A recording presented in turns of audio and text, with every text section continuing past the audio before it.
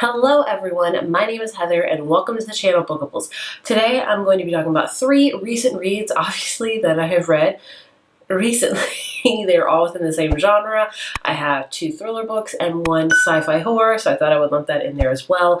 If you don't know about my recent reads, what I do with these reads is tell you what the book is about, what I liked about it, what I didn't like about it, and as always, it's spoiler-free. In case you want to hear about one particular book I'm talking about, the timestamps will be down below for each book. The books I will be talking about today, how many times will I say talking about? Either way, they will be The House Across the Lake by Riley Sager, Dead Silence by S.A. Barnes, and Things We Do in the Dark by Jennifer Hiller. Without further ado, let's get into it. So the first book is Riley Sager's newest release, The House Across the Lake. This one releases on June 21st. I did read it a couple months early because if you don't know, I'm a big fan of Riley Sager. I've read all of his books. There are some that I really, really love and there's some that I don't enjoy. And this one falls into the don't enjoy category, and that is The House Across the Lake. In this book, we follow a widowed actress named Casey. She has lost her husband in the last year and she has become an alcoholic in result of it. She really drowns her sorrows in alcohol, and she basically has made a lot of bad press for herself, and her family is kind of really famous.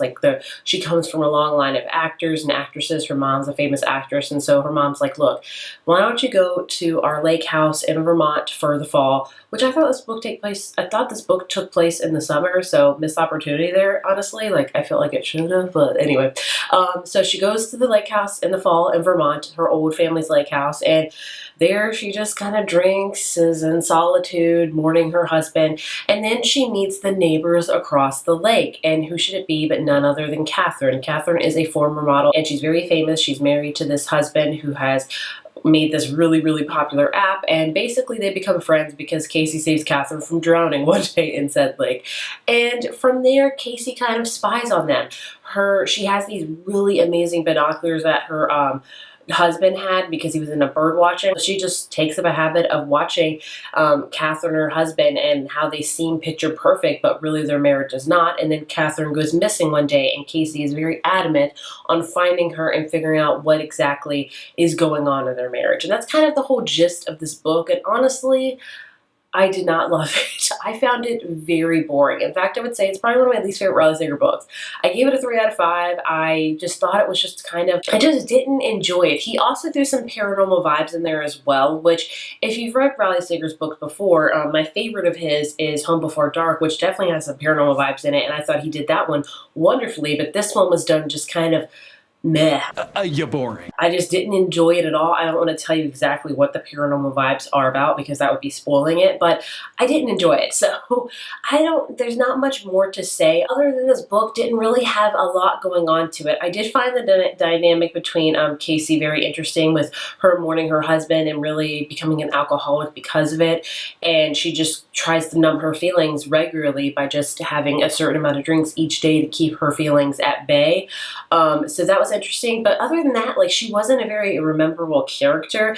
I didn't really love Catherine either. The whole book was just kind of, if I could describe it in one word, it would be meh. Nothing really went on. I guess the twist, because with all thrillers, obviously there's twists. That's no spoiling at all. I think when you go to a thriller that there's going to be a twist. How many of them there are going to be, you never know. There could be 1, there could be 5, you never know. But the ones in this one, I'm not going to say, I found very predictable. And overall, I didn't really love it. It's a sad day when I don't love a Riley Sager book because I do enjoy his writing and I enjoy the thriller books that he writes, but this one is definitely one of my least favorites because it wasn't rememberable and didn't have a lot of oomph to it, it just wasn't there for me. So 3 out of 5, didn't love it really. So moving on. Next up, I have a sci-fi horror, which I don't ever read, and that is Dead Silence by S.A. Barnes. I read this one because of 2 reasons. Number 1, a lot of people are talking about it. I'm the person that, if I hear a lot of people talking about it, if it sounds interesting, I will probably read it.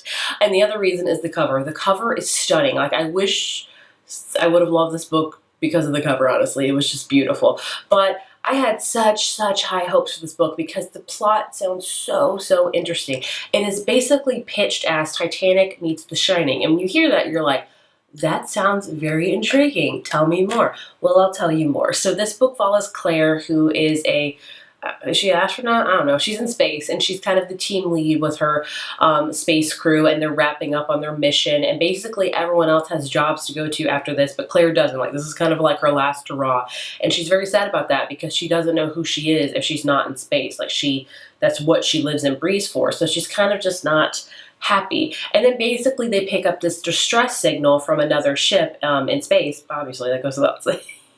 And so they decide to check it out because, you know, that's the rules. You go check out a distress signal and things like that. And so what they find is this really old ship, is that the right word to say? I feel like I keep talking like in the water, but they find the old spaceship named the Aurora. And the Aurora was designed many, many years ago, in fact, to be kind of a luxury ship. It was kind of based on a luxury cruise ship, much like we see today, like the Royal Caribbean and the Carnival. I can't think of any more. But either way, it was designed to be like a royal cruise ship, have lots of entertainment, have very beautiful decor. And basically the people that went on the Aurora are like really rich. Like this is when they first started their space travel, and they want people just to be comfortable in space. And so the rich people got up on this, and it was like just stunning. And then 6 months into their 1-year voyage, they just go missing. The Aurora just like goes missing. Nobody has heard or seen it since now when Claire's team finds it. And so they decide, you know, there's a lot of like really good stuff on this ship. Like, I'm talking about gold sinks and things like that. So they're like, you know what? Let's go in there and like, let's, you know, get some stuff on it, because it's kind of like in space where it's in the seas, where if you find an abandoned ship, like, it's yours. So they decide to do that. And of course, when they step on, they learn that things are really not what they seem at the Aurora. It might be haunted. And that's kind of the whole book. Now, here's my problem with this book. The first 50%, I loved it. It definitely had horror vibes. You know, the minute they stepped foot in the Aurora, you could tell something was off. It was very reminiscent of the movie Ghost Ship, if you ever heard of that, which came out 2000s, I think. I don't know. But either way, you know, it was haunted. You know, there was some things, you know, they find the people on the ship that are dead, and they're not dying of, like, you know, it was just kind of like almost like a murder spree or just things like that. And so things are just very ominous, things like that. So I love the tone of it. The first 50% was just beautiful because it was of that regard. Like, it was just so kind of creepy, and you didn't know exactly what was real, what wasn't, what happened on the ship and what not. And then the last 50%, it just kind of fell off for me because I don't want to spoil anything, but it just went to a different direction, and I just did not enjoy it as much. If it would have stayed with the same tone as like the first 50%, I would have really enjoyed it. I don't want to tell you exactly why, because I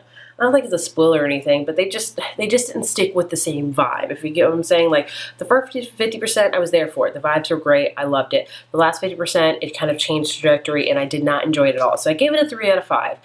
I was really hoping to love this book. Like, I read it on ebook, I bought it on ebook, and I have a rule now, like, if I love an ebook, I will buy it physically. And I had this one in my cart even because I was like, this is going to be so good. And then when I hit the 50% mark, it was not the best, so I was like, I don't want to really buy this book anymore.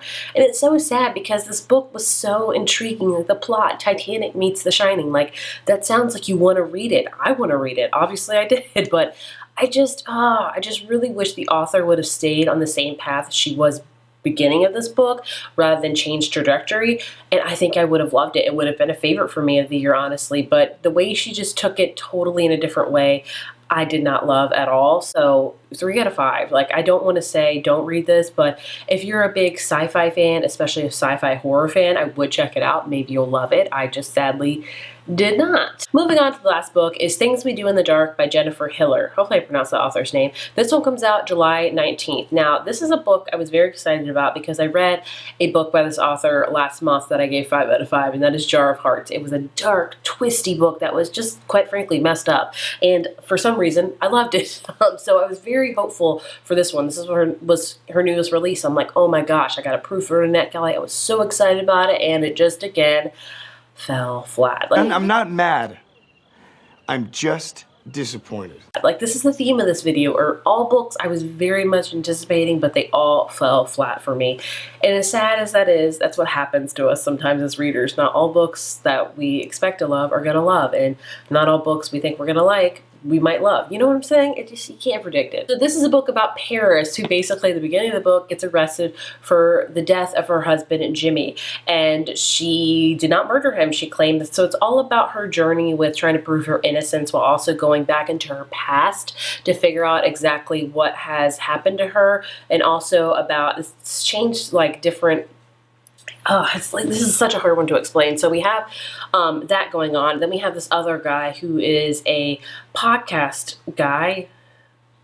He's a podcast host. That's the word. I know how to talk. I know how to say things.